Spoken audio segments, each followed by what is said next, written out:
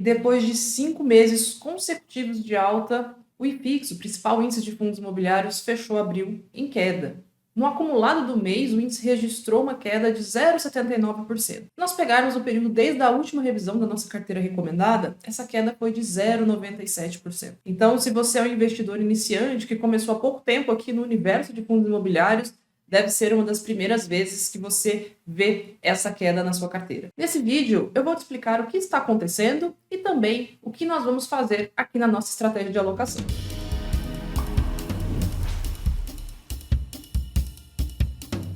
Falando um pouquinho dos dados econômicos aqui em relação ao IPCA, tanto o IPCA de março quanto o IPCA 15, a prévia agora de abril, ambos vieram abaixo da expectativa de mercado, o que poderia reforçar a estratégia do Banco Central em ir diminuindo os juros ao longo das próximas reuniões. Por outro lado, quando a gente olha o mercado americano, a inflação por lá não tem dado trégua, e isso tem feito com que os juros futuros aumentassem. Bom, e o que são esses juros futuros? Por que eles influenciam assim o mercado de fundos imobiliários? No gráfico vocês estão vendo a curva em verde mais claro, que é o IFIX, o índice de fundos imobiliários, e a curva em verde escuro, que é justamente o cupom da NTNB, que é o Tesouro IPCA+, com vencimento em 2035. Perceba que desde fevereiro o cupom da NTNB tem subido. E aqui também o IFIX apresentou uma leve subida também até março. No entanto, ao longo do mês de abril, nós vimos essa correção aqui no IFIX, enquanto que os juros futuros continuaram subindo, ultrapassando a expressiva barreira de 6%.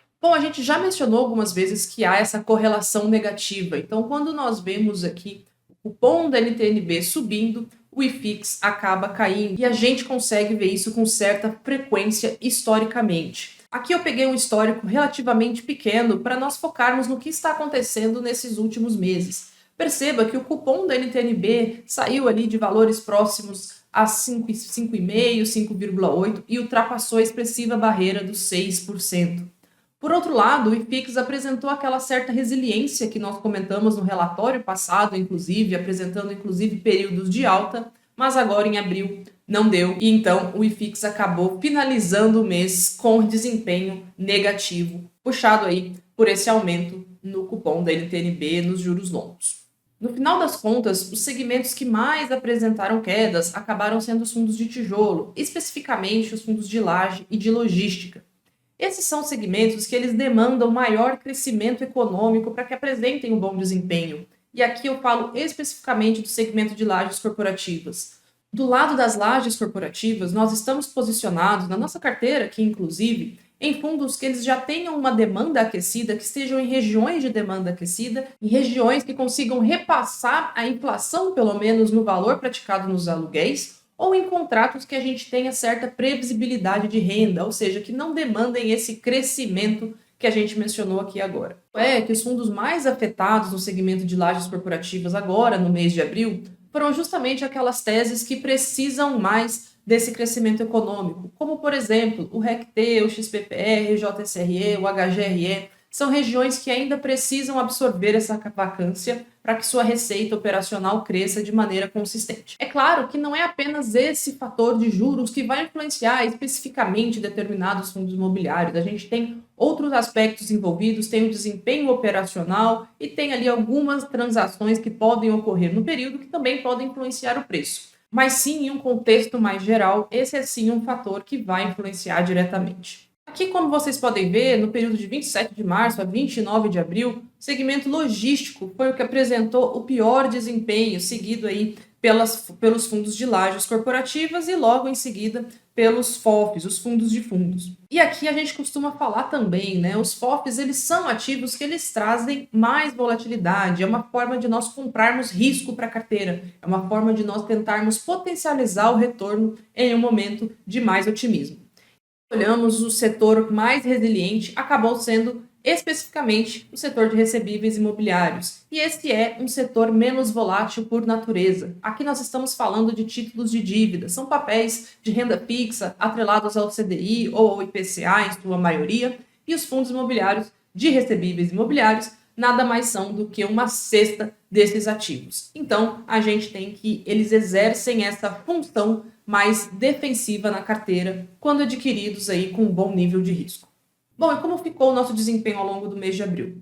Nossa carteira recomendada também apresentou um desempenho negativo de 1,26% nesse período, e 2 fundos foram os responsáveis pela maior parte deste desempenho negativo. Eles foram o RBRF11 e o BTLG11. Bom, o RBRF11 é um fundo um pouco mais recente aqui de entrada na nossa carteira, e ele está ali justamente para trazer um pouco mais de volatilidade. Ele é um fundo que a carteira dele é composta por cotas de outros fundos imobiliários, especificamente de tijolo e muitas vezes com pouca liquidez no mercado secundário.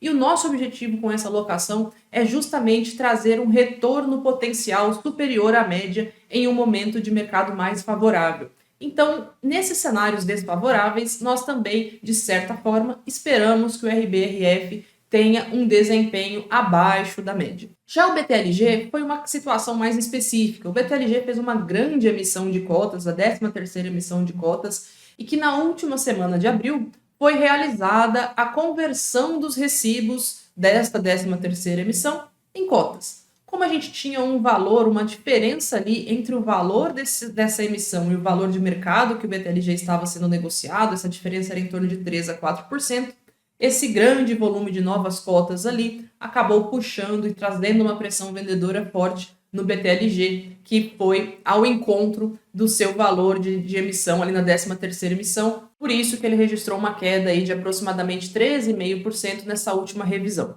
Lembramos que não há nenhum problema nem com o RBRF, nem com o BTLG. Essas são oscilações que acabam acontecendo em momentos de emissão de cotas ou em teses que são mais desafiadoras e que estão ali justamente para trazer mais risco para a carteira. Aqui vocês podem ver, né, o desempenho relativo da nossa carteira em relação ao IFIX ao longo desse último mês e também o retorno por ativo. Percebam que os melhores desempenhos acabaram ficando com 2 fundos de papel, o BTCI e o CPTS, que possuem então essa característica um pouco mais resiliente, e também com o XPML, o fundo de shoppings que tem feito aí grandes aquisições no mercado. E aqui na parte de baixo, né, os piores desempenhos acabaram ficando exatamente com RBRF e BTLG, foram aí os detratores do mês. Bom, e agora para o mês de maio, o que nós vamos fazer? Bom, nós vamos trocar um fundo aqui na carteira recomendada, é um fundo que nós temos carregado ele já desde o começo da carteira, foi uma das nossas primeiras recomendações aqui. O desempenho acumulado dele, desde quando nós recomendamos até o momento de saída agora, foi superior a 25%. O que nós estamos buscando então? Por que nós iremos alterar esse fundo?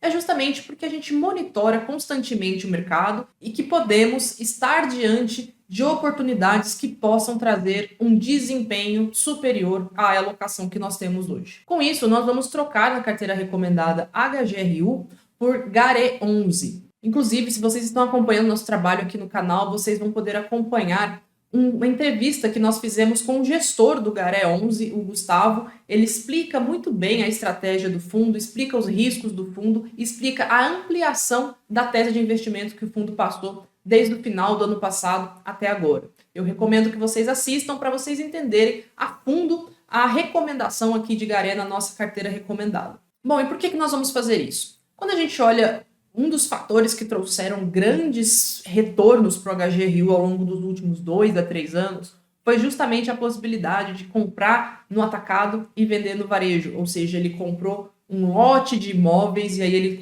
tem um poder de barganha expressivo nessa compra e aí ele vai realizando as vendas individualmente, geralmente com um grande lucro nessas transações. Isso fez com que o retorno do HGRU acumulado fosse na casa dos 25%, como nós comentamos aqui, desde a entrada dele na carteira. Olhando agora daqui para frente, a gente vê que um retorno potencial seria maior no GARE11 nesse sentido. A gente viu que o GARE anunciou, depois dessa emissão de cotas e depois dessa ampliação de tese de investimentos, uma aquisição grande ali de 20 lojas, tanto para o Grupo Mateus, tanto para o Grupo Pão de Açúcar, e são lojas de atacarejo, locadas aí ao redor do Brasil e que podem trazer um retorno superior, na nossa opinião.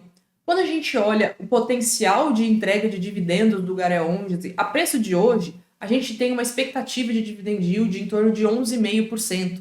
Lembrando que nós estamos falando de um fundo de tijolo. Lembrando que 11,5% para um fundo de tijolo é um valor expressivamente elevado. A gente tem ali que a média dos fundos de renda urbana acaba ficando em 9 a 10% nos dias de hoje. E aí a gente pode também elencar, mas o GARE tem um percentual de alavancagem, o que eleva o risco do fundo.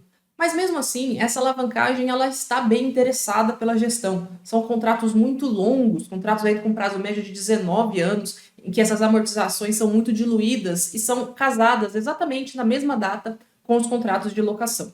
Então a gente vê que sim, a alavancagem é um ponto de atenção que nós devemos estar monitorando e que vai sim adicionar risco à tese do fundo. Por outro lado, a gente acredita que um dividend yield de 11,5% para um fundo de tijolo que está aumentando a sua tese de investimento, está ampliando essa tese de investimento, acaba sendo bastante interessante. Com isso, a HGRU está saindo da carteira, ele tinha uma participação de 7,5% e agora está entrando o GARE 11 com 5%. Os outros 2,5% nós vamos alocar no fundo HGBS 11, então nós estamos aumentando também a participação da carteira no segmento de shopping centers.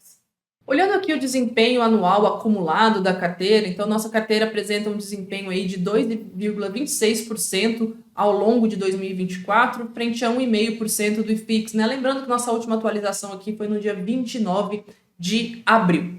Então, se você quiser entender melhor essa tese e quiser acompanhar a carteira completa, é só entrar no site da EK Research. O cadastro vai estar na descrição desse vídeo, ele é completo e gratuito. E além dessa carteira recomendada de fundos imobiliários, você vai ter acesso à carteira de dividendos, carteira de ações e outras inúmeras coberturas que nós realizamos diariamente lá na EK Research. Lembrando, seu acesso vai ser completo e gratuito. Até a próxima!